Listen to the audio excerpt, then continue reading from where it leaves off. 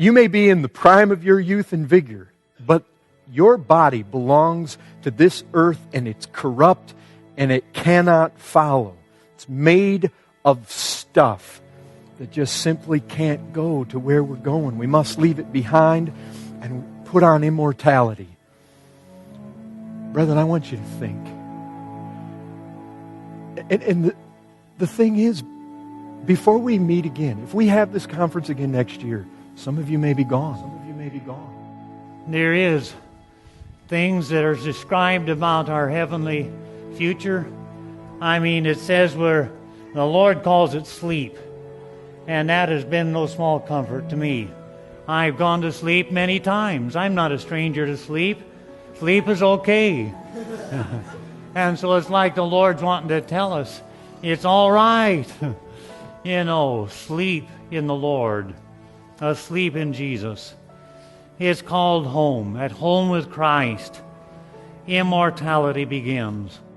I'm trusting in Him every step of the way. And even as of now, I'm still battling cancer.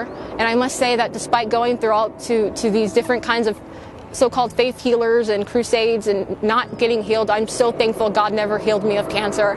I'm so thankful because I would have been robbed of the many glorious moments I've had with the Lord.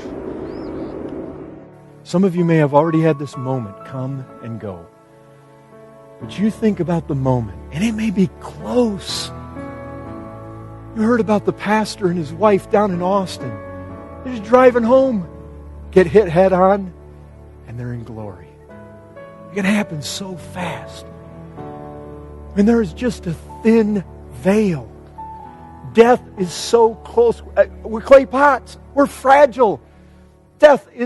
It doesn't take much to end our lives physically, to separate our spirit from body.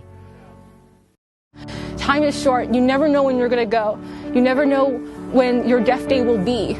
It could be tomorrow. It could be at this moment.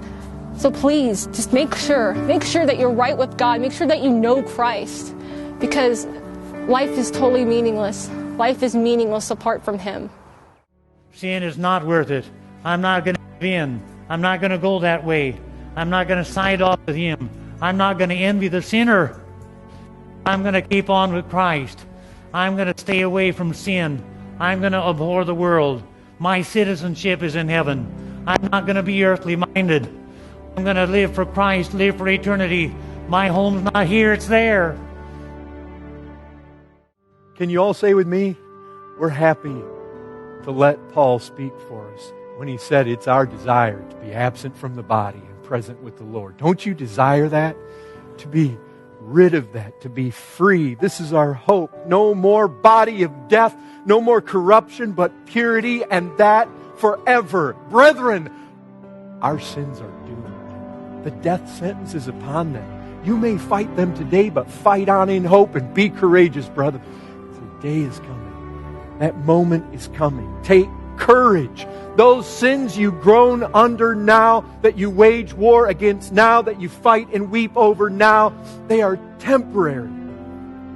Christ, He is everything for Him, all for Him. He deserves it all. He gets it all. I want to do all for Him. I want to be all for Him. I want to finish well. I want to be on the stretch for God.